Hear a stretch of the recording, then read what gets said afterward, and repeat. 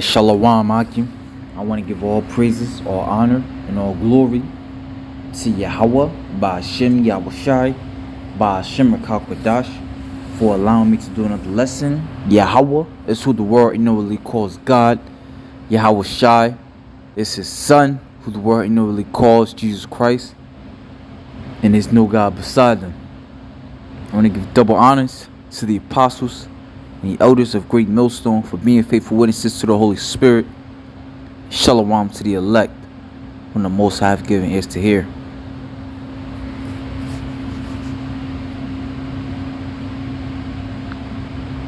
Well, life for Dutch farmers in the Netherlands has only gotten worse since our last report a few weeks ago. The government-imposed nitrogen standards have made it impossible, virtually impossible, to continue farming. 17,000 farmers at risk of being shut down, run out of business. Many farmers forced to sell their lands, destroy their livestock. The situation has only gotten worse since our last report, and the mainstream media is completely ignoring this story. I mean, it's really difficult to find any information in the mainstream media about this story. Ralph Schulhammer is an academic researcher. He's been studying this story very closely from the very beginning, and Ralph joins us again on the show to talk about it. Ralph, welcome back to the show. Well, great. Thank you so much for having me again. Absolutely. And, the impetus for this was hearing from a viewer last night who wrote me this and said, can you guys give more attention to what's happening to the Dutch farmers? The government is still going to force to buy their properties despite all of the protests. And this viewer said a 43-year-old farmer had taken his life because it's just gotten so bad and didn't see any other way out of it. So it seems like it's gotten much worse, Ralph. Yeah, it's continued to grind on. You are one of the few outlets that reports about this. There's a couple of people in the Netherlands who report about it. There's a New Zealand network that reports about it because the situation, just as a quick footnote, is also getting worse for farmers in New Zealand. But the bureaucracy grinds on. It is in one sense almost remarkable that regardless of what the people say or regardless what the public sentiment is, they just move forward, right? And it's just starting to begin getting more and more this emergency measure character, which makes it even harder to formulate or to organize resistance. So this is really going to be a tough couple of months and coming up for the Dutch farmers, because as you correctly point out, Right, and it's showing you what time we're living in, as we always go into, that this is a time, of famine. The devil was known as Esau Edom in the scriptures, otherwise, the devil who is Esau Edom, all right, whom today will be known as the Caucasian man, and not only any Caucasian man, but the elites, all right, which run this world, all right, the ones that call the shots, the ones that put out the agenda for the season, all right, and the ones that allow information to go mainstream and that disallow other information not to. They're going full-fledged with their agenda. Now, for the purpose of this lesson, I want to jump to the 11. The point is at I think like 11:40. All right, but I'll play a little bit before. A very strange day is coming to America. In short, massive and surprising new transition could soon determine the next group of millionaires, while leaving 99% of the public. for me, but simply these are people whose discussion we can have separate. Almost push these leaders out who are creating these problems. What do you think is next for the Dutch farmers specifically? Where do you think they go from here? Well, as far as I can tell, they will continue to protest. But my message to those who want to support them or who find ways to argue for them, I think the key thing to keep in mind is almost everything over the last decades that was driven by that somewhat anonymous bureaucracy, whether it was interest rate policy, which now leads to high inflation, whether it was migration, which is leading to huge problems, and now it's the same thing with the agriculture. They've not delivered what they promised that they're gonna deliver. again, whether it's good intended and just badly executed, I think that's a discussion we can have separately. But I think it is absolutely accurate to say we have no reason to trust these people. Like, again, whatever their intentions are, separate debate for me. But simply, these are people who so far have not made life easier. And even if we look at the numbers, right, if somebody says we have to do this for the environment, we have to do this for climate reasons, if you look at the numbers, agriculture and energy use in Europe has been declining. And what I mean by this is we have gotten more and more and more efficient year on year. So it's just a matter of time until we will get even better at this. It's really the time frame. And that, I think, tells you that it's more an ideological slash, quasi-religious approach to say just a matter of time until we will get even better at this. It's really the time frame. And that, I think, tells you that it's more an ideological. We have gotten more and more and more efficient year on year. So it's just a matter of time until we will get even better at this. It's really the time frame. And that, I think, tells you that it's more an ideological slash, quasi-religious approach to say, oh, this needs to be done by 2030. This needs to be done by 2035. No, it doesn't. It could also, if it's 2040 or 2050, that's also fine, and the Dutch farmers can do it. The German farmers can do it, but you need to give them the appropriate time. So to be very clear, what I'm trying to say is these farmers, all of them, are absolutely aware of the needs to take care of the environment. They are, for God's sake, farmers. It is very absurd that people who have never had, a shovel in their hand or never had a pitchfork in their hand is telling those who is for generations how they are supposed to treat the environment. They know how to do it, and they know what the limits are. Right, and these devils, they have an agenda. As a matter of fact, let me grab that. This is the book of Job, chapter 5.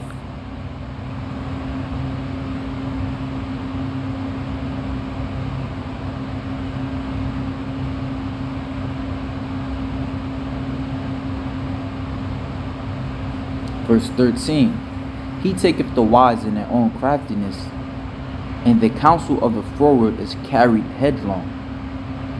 Right? And these devils, their whole goal of things is to get the world under complete subjection, and it's to take away all other means of sovereignty that they may have, as far as growing their own food, building their own homes, all right, to where they have to go for the devil for everything. Okay, what's to come, the Agenda 2030. What's to come, the Agenda 2030, is to put you in a deeper bondage, and as he mentioned, it's really about the timing. Okay, going into what? Revelation chapter 12, verse 12. Therefore rejoice ye heavens, and ye that dwell in them. Right? Which this guy, I played the beginning just to show you that this guy was an expert in this matter. And he's been following it for some time.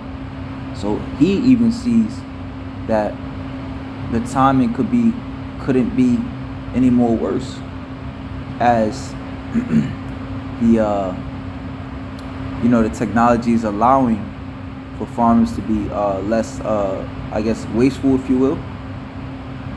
All right, but it's about this devil's agenda, his counsel. Therefore rejoice ye heavens, and ye that dwell in them, woe to the inhabitants of the earth and of the sea. For the devil is come down unto you, having great wrath, because he knoweth that he have but a short time. All right, these other nations are coming against him. They're ramping up their arsenal for World War III, their nuclear missile arsenal. As a matter of fact, China, on this same page redacted, they were going into how China is ramping up their military to what they call it,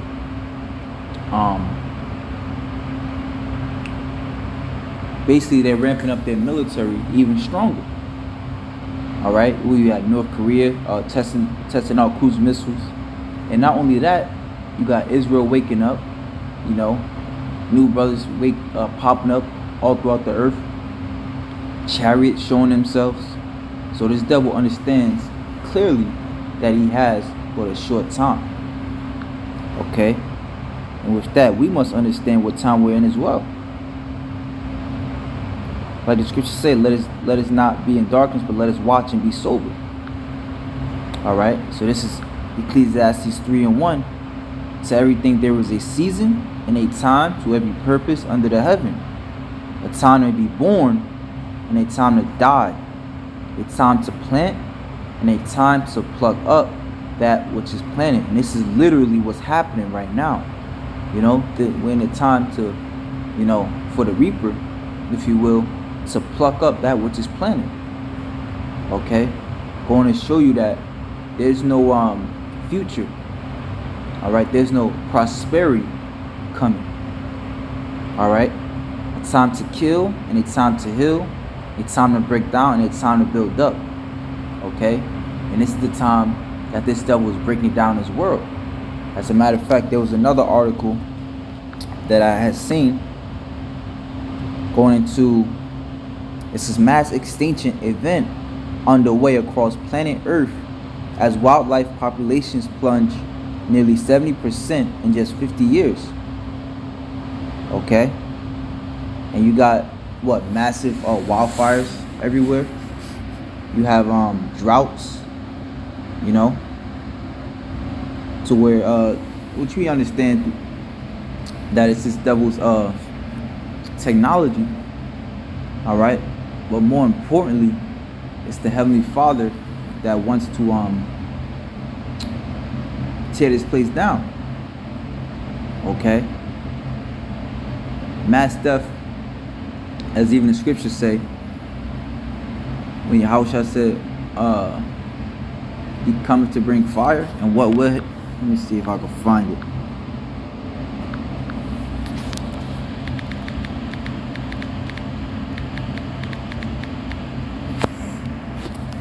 Luke 12:49. I am come to send fire on the earth, and what will I if it be already kindled? All right, and it don't end here. It's going to get worse as the days go on. You know, it's prophesied that nuclear missiles are to destroy America, you know, and the inhabitants thereof. All right, and then when nuclear missiles come, what? Nuclear fallout. All right, so great pain is ahead. But this is 2nd Ezra chapter 16 and verse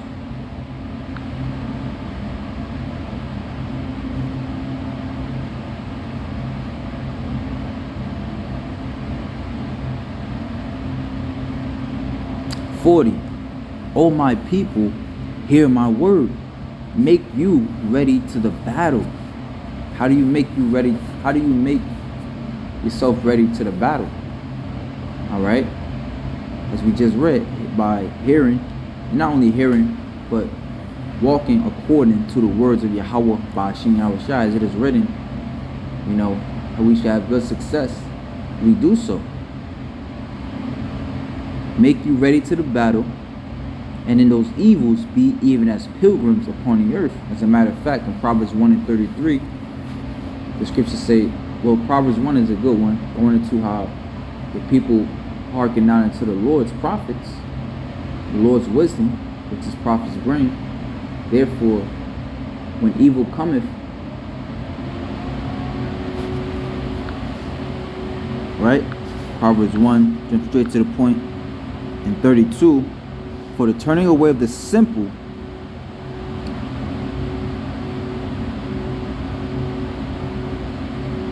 (1 and 30), they would none of my counsel, they despised all of my reproof. Therefore shall they eat the fruit of their own device, of their own way, and be filled with their own devices. For the turning away of the simple shall slay them, and the prosperity of fools shall destroy them. But whoso hearkeneth unto me shall dwell safely, and shall be quiet from fear of evil. You know, at this point in time, you know, a lot of people may not like watching us because we bring out the same precepts. However, this is the time we're in. Okay, so when the scriptures are speaking loud and clear. Every angle you look at, you know, in the financial sector, all right, and the agriculture sector, all right, as I just in the wildlife, you know, every angle you look at proves the downfall of this place. Okay, which we need this place to fall. All right, hey, Yahweh Shah said when he come, he going, you know, he gonna knock this, because this place is on its way down, but you know, it's gonna ultimately fall at the appearing of Yahweh Shah, like it says in Daniel 7, or was it Daniel 2? That stone that was cut out without hand smote the image on its feet. You know, so Yahweh Shah and the angels, all right, which he's bringing those nuclear missiles with him, basically. You know, that's going to be the icing on the cake. All right, because those missiles are the Lord's missiles, man. All right, what it says in Jeremiah 50, how you open up his armory, was in Isaiah 13. Let me see.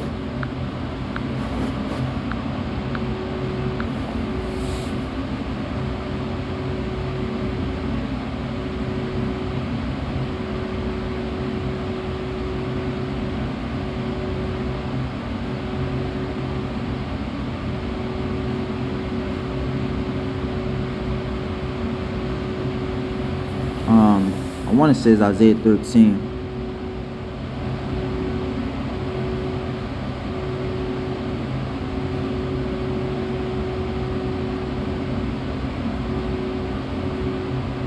Yeah, here it is. Isaiah 13, verse 9.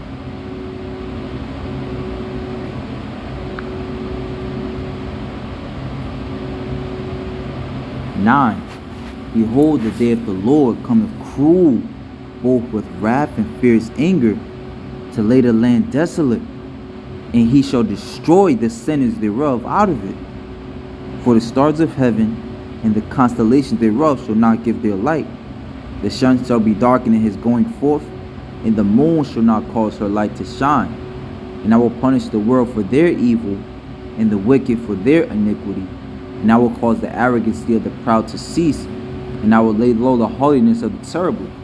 All right, basically meaning how the Lord is going to stop. He's going to bring to naught the wisdom of this world. All right, so when, you know, people can still talk their shit. All right, the Most High is going to make it known who he was dealing with this whole time. Okay, and you may say this hate speech and we fear mongers. Well, hey, don't worry. You need to worry about how how you going to be in that day. All right, you worried about what we saying, which you should be. All right, but you want us to change. Hey, you need to worry about how you're going to be in that day, because as you see, it's coming down the pipe. You know, we don't write these articles. We just, we just give a report through the scriptures.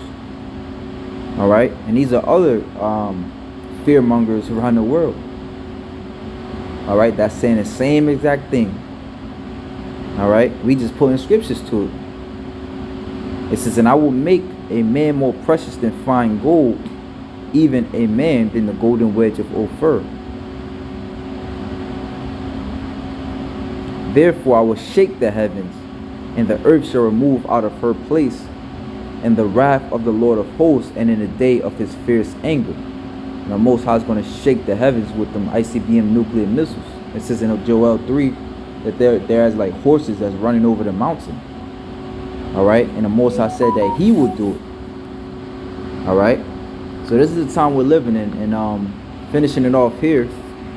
All right, it says, "O my people, hear my word, make you ready to the battle, and in those evils be even as pilgrims upon the earth." Okay, these evils are coming rapidly.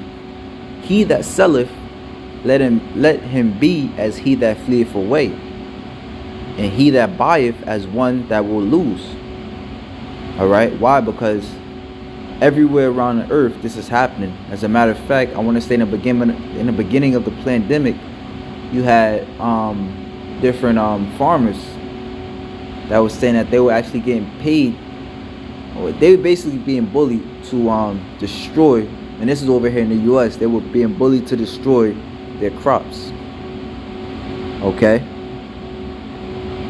He that soweth, what was that? No, 41. He that selleth, let him be as he that fleeth away, and he that buyeth as one that will lose. He that occupieth merchandise as he that have no profit by it, and he that buildeth as he that shall not dwell therein. He that soweth as if he should not reap, so also he that planteth the vineyard as he that shall not gather the grapes. They that marry as they that get no children, and they that marry not as the widowers. And therefore they that labor in vain. You know, and as the guy was saying, you know, these farmers are protesting, you know, because you telling them how to run the show. All right, they know exactly how things are to, you know, to be ran, and how to do things safely, if you will. But this devil ain't trying to hear it, man. He's like, no, it's my way, it's my agenda. If you don't go by it, you're gonna be in trouble with me. All right, and stand by, because these devils, you know, their plan would be to have you eating bugs and, all right, going to kill Gates, you know, which he's building his farms with his GMO meats, his factory driven meats, you know. So that's pretty much it, man. Shalom to the elect.